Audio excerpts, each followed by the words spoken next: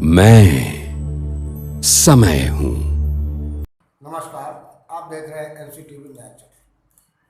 जैसा कि आप सभी जानते हैं कि संविधान शिल्पी डॉक्टर B.R. अम्बेडकर का परिनिर्वाण दिवस है।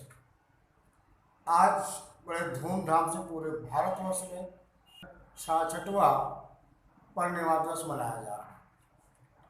उत्तर प्रदेश की राजधानी लखनऊ में गोमती नगर सहित बड़े पैमाने पर बगैर सरकारी खर्चे के लोग अपने अपने खर्चे पे श्रद्धांजलि सभा अर्पित कर रहे हैं और वो रात का एक दृश्य दिखाते हैं जिस दिन डॉक्टर अम्बेडकर का परिनिर्वाण दिवस हुआ था। वो रात बहुत अभागन ही थी। 6 दिसंबर की वो रात आपको याद दिलाती रहेगी। तो आइए देखते हैं एक उसकी झलक। राजधानी दिल्ली, रात के 12 बजे थे। रात का सन्नाटा और अचानक दिल्ली, मुंबई, नागपुर में चारों ओर फोन की घंटियां बज उठी। राजभवन मौन था, संसद मौन थी, राष्ट्रपति भवन मौन था। हर कोई कश्मकश में था। शायद कोई बड़ा हादसा हुआ था। यह किसी बड़े हादसे या आपदा से कम नहीं था। कोई अचानक हमें छोड़कर चला गया था, जिसके जाने से करोड़ों लोग दुख भरे आंसुओं से विलाप कर रहे थे। देखते ही देखते मुंबई की सारी सड़कें भीड़ से भर गई। पैर रखने की भी जगह नहीं बची थी मुंबई की सड़कों पर, क्योंकि पार्थिव शरीर मुंबई लाया जाना था और अंतिम संस्कार भी मुंबई में ही होना था। नागपुर, कानपुर, दिल्ली, चेन्नई, मद्रास, बेंगलोर, पुणे, नासिक और पूरे देश से मुंबई आने वाली रेलगाड़ियों और बसों में बैठने को जगह नहीं थी। सब जल्द से जल्द मुंबई पहुंचना चाहते थे और देखते ही देखते अरब सागर वाली मुंबई जनसागर से भर गई। कौन था यह शख्स जिसके अंतिम दर्शन की लालसा में जन सैलाब रोते बिलखते मुंबई की ओर बढ़ रहा था? देश में यह पहला प्रसंग था जब बड़े बुजुर्ग छोटे छोटे बच्चों जैसे छाती पीट पीट कर रो रहे थे। महिलाएं आक्रोश कर रही थी और कह रही थी, मेरे पिता चले गए, अब कौन है हमारा यहाँ। चंदन की चिता पर जब उसे रखा गया तो लाखों दिल रुदन से जल रहे थे। अरब सागर अपनी लहरों के साथ किनारों पर थपकता और लौट जाता, फिर थपकता, फिर लौट जाता। शायद अंतिम दर्शन के लिए वह भी जोर लगा रहा था। चिता जली और करोड़ों लोगों की आंखें बरसने लगी। किसके लिए बरस रही थी ये आंखें? कौन था इन सब का पिता? किसकी जलती चिता को देखकर जल रहे थे करोड़ों दिलों के अग्निकुंड? कौन था यह जो छोड़ गया था इनके दिलों में आंधिया? कौन था वह जिसके नाम मात्र लेने से गरज उठती थी बिजलियां, मन से मस्तिष्क तक दौड़ जाता था ऊर्जा का प्रवाह? कौन था वह शख्स जिसने छीन लिए थे खाली कासे इनके हाथों से और थमा दी थी कलम लिखने के लिए एक नया इतिहास? आंखों में बसा दिए थे नए सपने, ओठों पर सजा दिए थे नए तराने, धमनियों से प्रवाहित किया था स्वाभिमान अभिमान को, दास्यता की जंजीरें तोड़ने के लिए दिया प्रज्ञा का शस्त्र। चिता जल रही थी अरब सागर के किनारे और देश के हर गांव के किनारे में जल रहा था एक स्मशान। हर एक शख्स की आंखों में और दिल में भी जो नहीं पहुंच सका था अरब सागर के किनारे, एक टक देख रहा था वह उसकी प्रतिमा या गांव के उस झंडे को जिसमें नीला चक्र लहरा रहा था, या बैठा था भूख प्यास भूल कर अपने समूह के साथ उस जगह जिसे वो बुद्ध विहार कहता था। क्यों गांव शहर में सारे समूह भूखे प्यासे बैठे थे उसकी चिता की आग ठंडी होने का इंतजार करते हुए? कौन सी आग थी जो वह लगाकर चला गया था?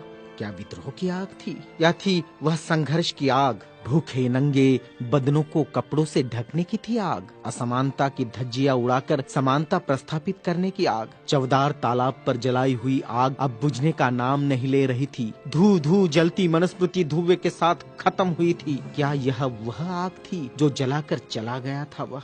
सारे ज्ञानपीठ, स्कूल, कॉलेज मरुभूमि जैसे लग रहे थे। युवा युवतियों की कलकलाहट आज मौन थी। जिन्होंने हाथ में कलम थमाई, शिक्षा का महत्व समझाया, जीने का मकसद दिया, राष्ट्र प्रेम की ओतप्रोत भावना जगाई, वह युगंधर, वह प्रज्ञा सूर्य काल के कपाल से ढल गया था। जिस प्रज्ञा तेज ने चेहरे पर रोशनियां बखेरी थी, क्या वह अंधेरे में गुम हो रहा था? बड़ी अजीब कश्मकश थी। भारत का महान पत्रकार, अर्थशास्त्री, दूरदृष्टा क्या दृष्टि से ओझल हो जाएगा? सारे मिलों पर ऐसा लग रहा था जैसे हड़ताल चल रही हो। सुबह शाम आवाज देकर जगाने वाली धुआं भरी चिमनियां भी आज चुपचाप थी। खेतों में हल नहीं चला पाया किसान। क्यों? सारे ऑफिस, सारे कोर्ट, सारी कचहरियां सूनी हो गई, जैसे सूना हो जाता है बेटी के विदा होने के बाद बाप का आंगन। सारे खेतीहर मजदूर, किसान असमंजस में थे। ये क्या हुआ? उनके सिर का छत्र छीन गया। वह जो चंदन की चिता पर जल रहा है, उसने ही तो जलाई थी जबरान जोत। मजदूर आंदोलन का वही तो था आधुनिक भारत में मसीहा। सारी मिलों पर होती थी जो हड़तालें, आंदोलन अपने अधिकारों के लिए, उसकी प्रेरणा भी तो वही था जिसने मजदूरों को अपना स्वतंत्र पक्ष दिया और संविधान में लिख दी वह सभी बातें जिन्होंने किसानों, खेतीहारों, मजदूरों के जीवन में खुशियां बखेरी थी। इधर नागपुर की दीक्षा भूमि पर मातम पसरा था। लोगों की चीखें सुनाई दे रही थी, बाबा चले गए, हमारे बाबा चले गए। आधुनिक भारत का वह सपुत्र जिसने भारत में लोकतंत्र का बीजारोपण किया था, जिसने भारत के संविधान को रचकर भारत को लोकतांत्रिक गणराज्य बनाया था, हर नागरिक को समानता, स्वतंत्रता और न्याय का अधिकार दिया था, वोट देने का अधिकार देकर देश का मालिक बनाया था।